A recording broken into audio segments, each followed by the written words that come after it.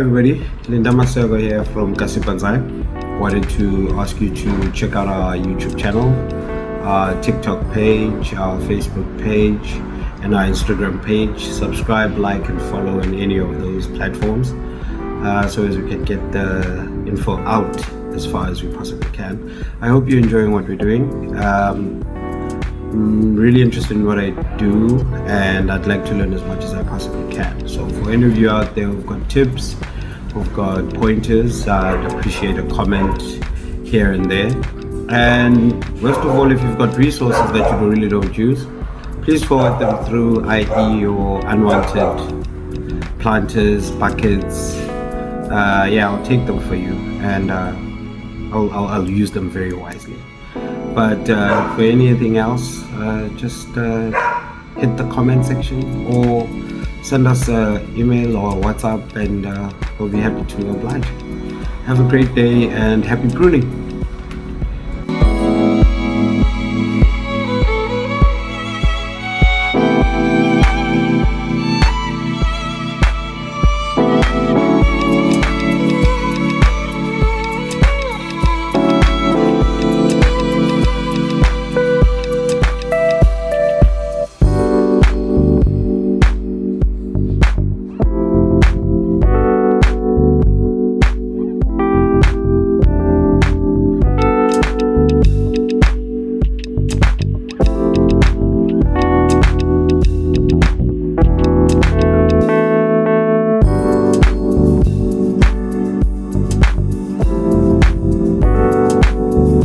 Today we're going to be dealing with the rescue project.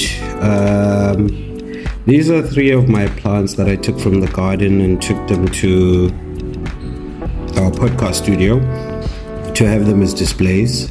And I realized while having them as displays, they were not getting enough sun, and I think the room was a bit too hot for them to handle.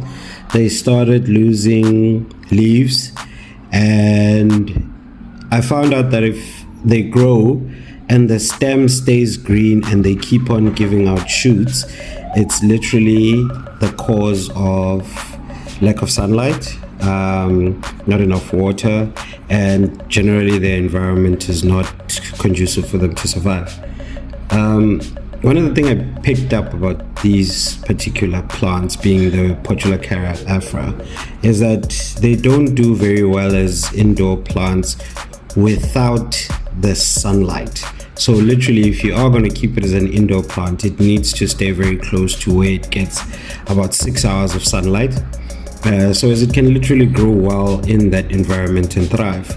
But so far, I feel like having them in my garden outside works better. So I brought them back home to try and revive them, and just nurture them until they go back to their former glory selves. Let's get to it.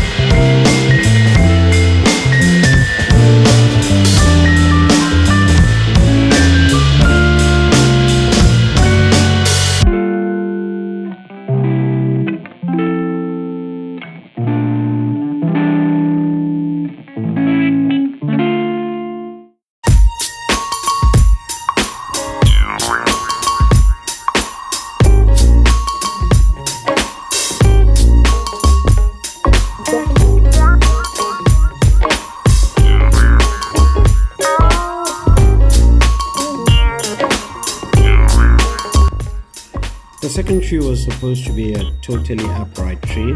It lost all of its leaves and it lost all of its branches, and the soil started getting a bit hard, but I had just repotted it just before I took it to the studio, which was like 3 months ago. I didn't feel there was a necessity to get rid of the soil, so what I did is I loosened the soil up, added some lava dust, which has got a lot of minerals and a lot of food for the tree, and then I added a bit of fertilizer together with that, and then just watered it so it could seep into the roots and give it that nourishment it requires.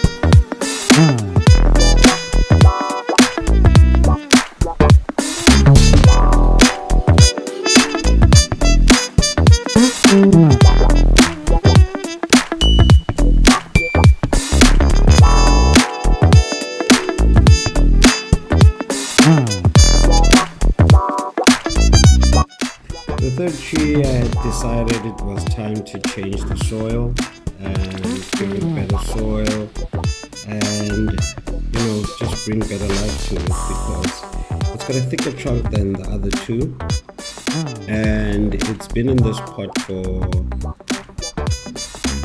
I think a year and a half now. But what I really felt was that maybe changing the soil, having a more area soil, and just changing the soil basically will give it an opportunity to literally breathe. As you can see, it literally developed very huge roots, and I think they were kind of like hindering growth because they were a bit big. So I decided to take them apart, straighten them out, cut some of it off, clean the tree itself, prune it back to one leaf set, change the soil, and then put it back in the same pot because it kind of looks aesthetically pleasing in that pot and it looks very nice in it. So yeah, that's what this is what I'm doing here.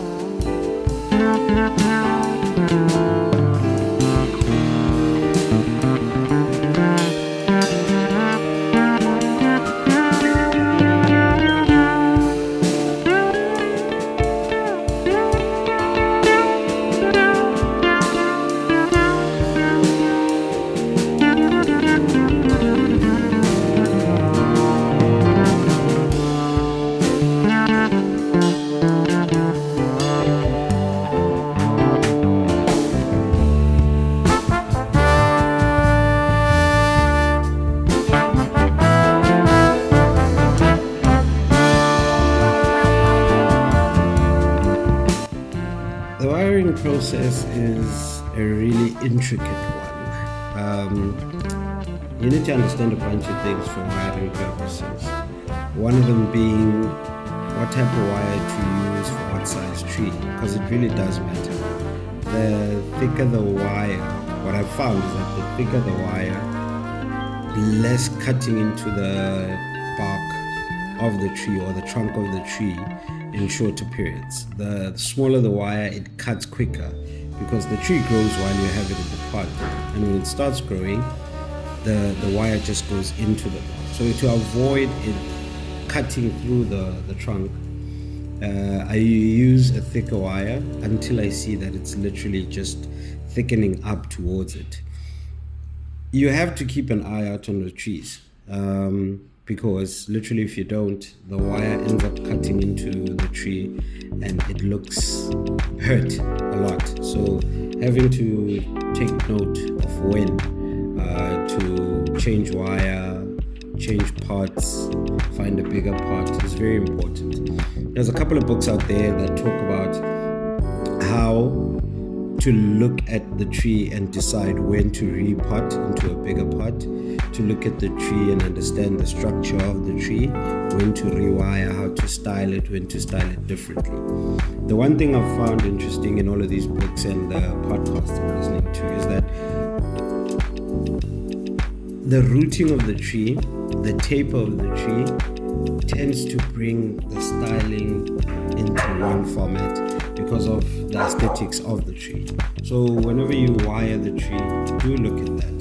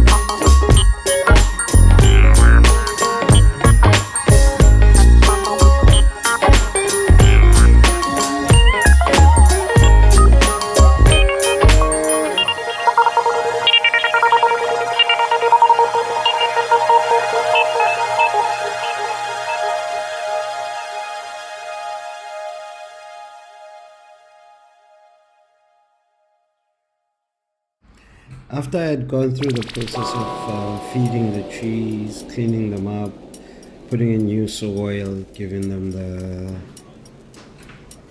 fertilizer and the lava dust or the lava soil, I literally felt to give them a pot bath, if I may call it, a soak bath, would do justice to them. So I bathed them in water so they could suck up all the water, and I could make sure that the entire pot is soaked in water so as they can literally be watered properly. I gave all of them a soak bath.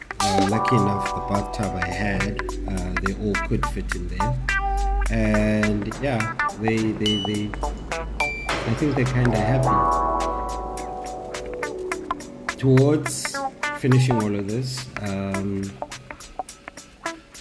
I kind of just put them out in the sun and had them sitting there so as everything else could take place. They need to dry up, then I can water them again, and yeah, you see them growing.